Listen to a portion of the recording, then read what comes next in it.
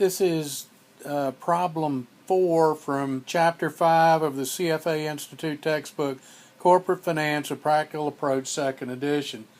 And it's another multiple guess question.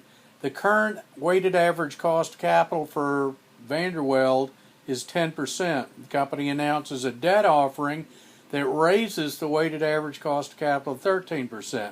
And the most likely conclusion is, all right, if you're at the optimal mix of debt and equity, any changes in the proportion of debt and equity are going to increase the weighted average cost of capital.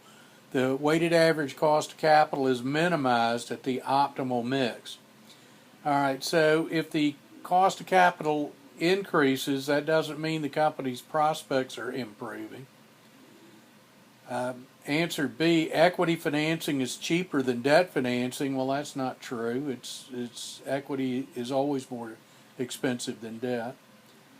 And the third is the company's debt to equity ratios move beyond the optimal range.